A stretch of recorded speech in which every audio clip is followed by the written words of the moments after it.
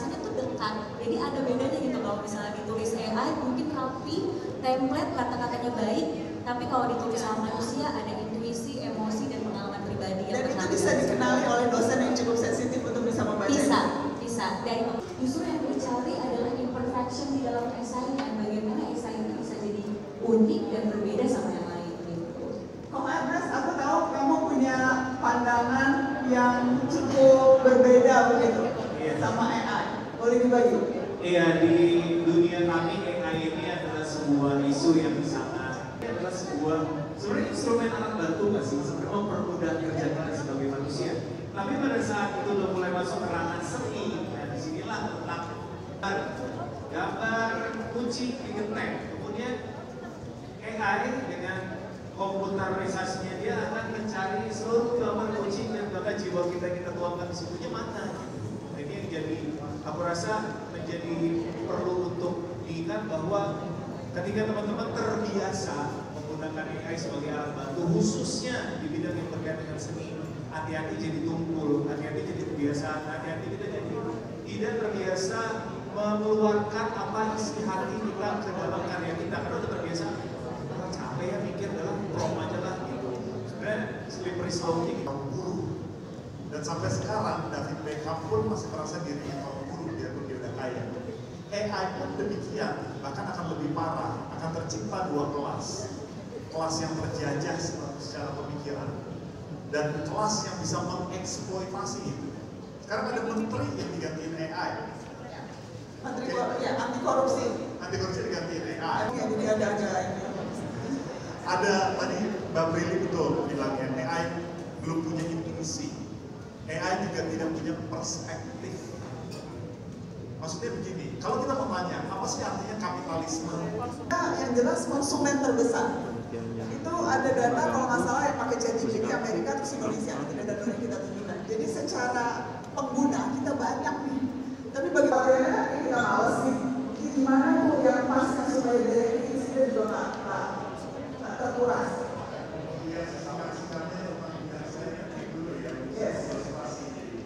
Semuanya dari Iran ya. Di sini ada departemen teknik kan. Ada dua parameter, inersia dan viskositas. Diksi baru. Oke. Inersia itu cenderungan untuk tetap bergerak. Viskositas adalah hambatan untuk bergerak. Lebih besar inersia bikin cairan makin acak, tapi cepat sampai. Paham? Itu poinnya kan. Tapi kalau kita tanya bagus menjadi siapa?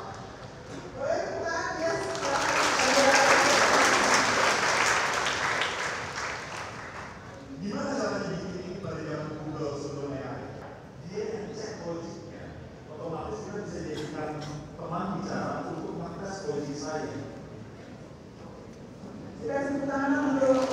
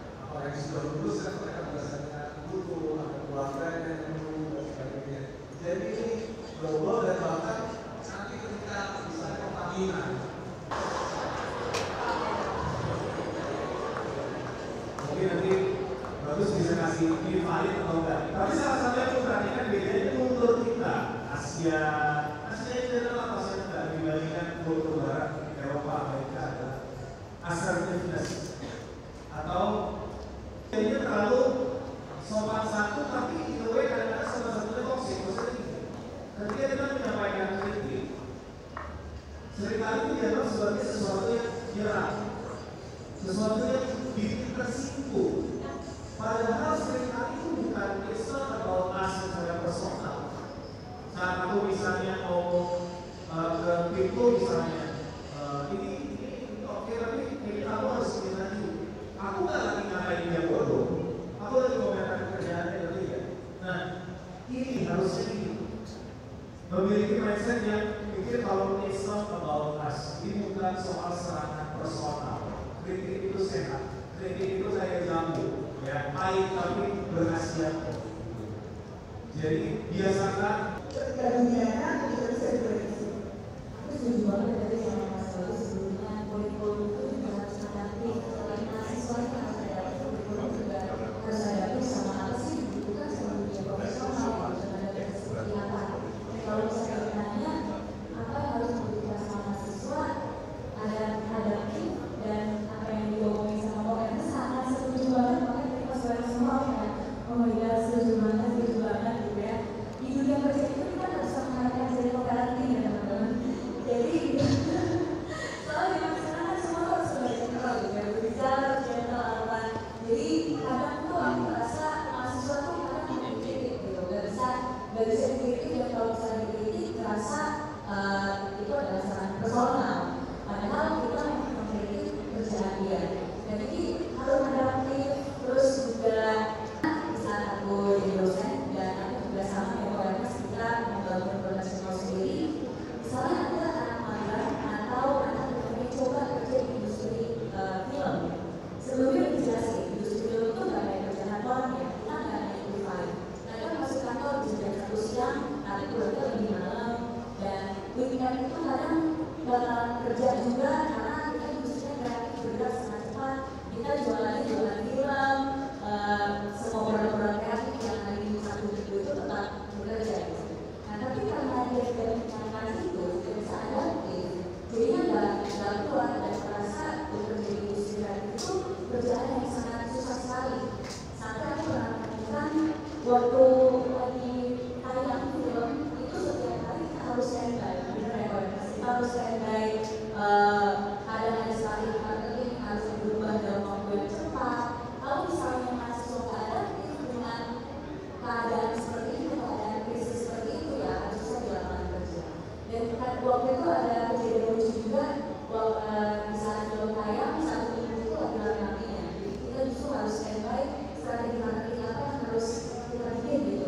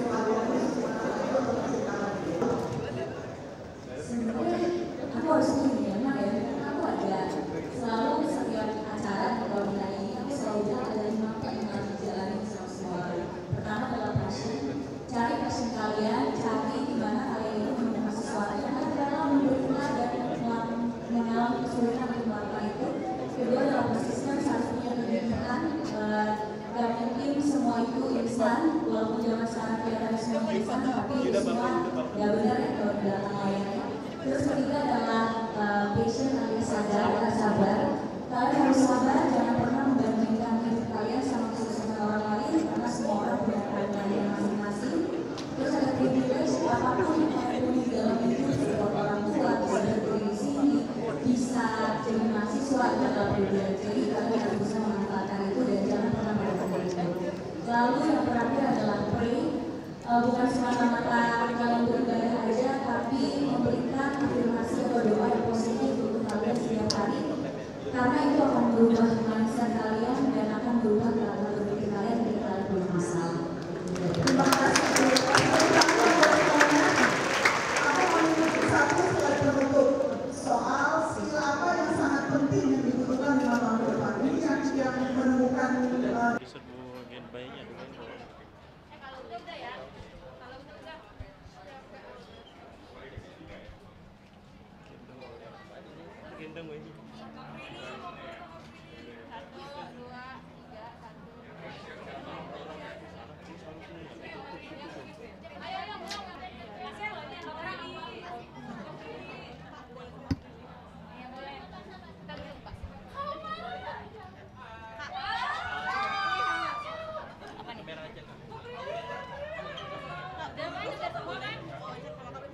seperti apa nih tanggal 28 Hari Komunitas Nasional. Kamu sebenarnya sama Pril itu suka kompak di berbagai kegiatan, seperti apa sih Kak? Kompak dong nih, dia nih penanggung jawabnya nih.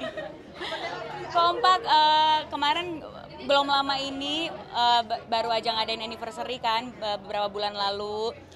Kita selalu kompak sih merayakan hal-hal yang perlu dirayakan dan membangun komunitas Prilverse ini kan juga udah lebih dari 10 tahun dan tetap kompak sampai sekarang, jadi senang banget. Seperti apa sih bakti-bakti sosial kalian semua? Kan juga dari kalian zaman GGS gitu.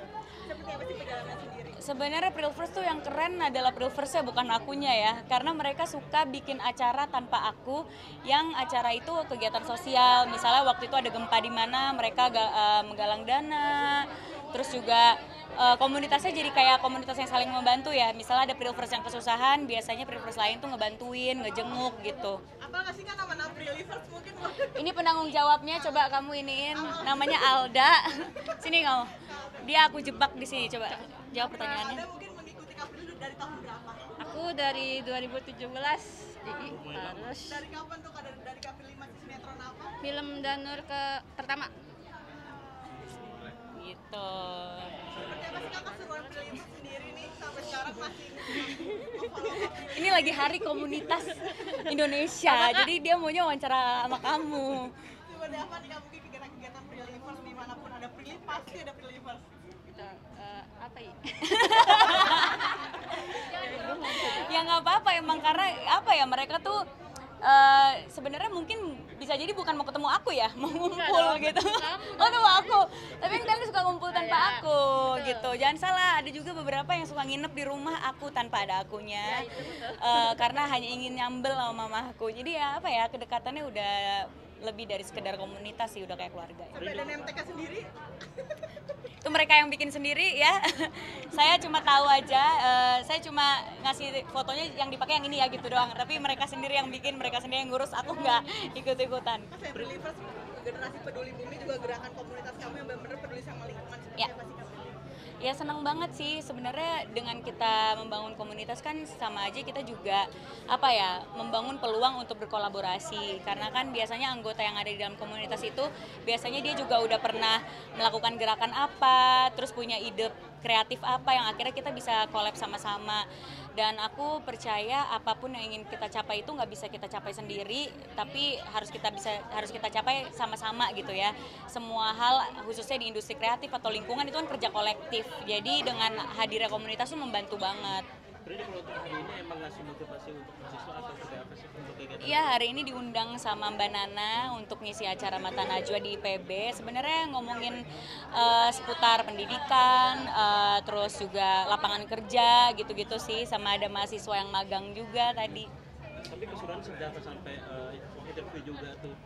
Seru banget sih, acaranya santai, nggak yang serius gimana-gimana, bener-bener ngomongin perspektif dari masing-masing narasumber, terus ketemu mahasiswa yang juga semangat ikut acara ini, rame banget. Jadi kalau untuk melihat kondisi kamu sepertinya kan sekarang udah membaik, sebelumnya kalau tahu update seperti apa, sakit apa, Iya, kemarin kecapean banget karena lagi syuting film yang jamnya terbalik.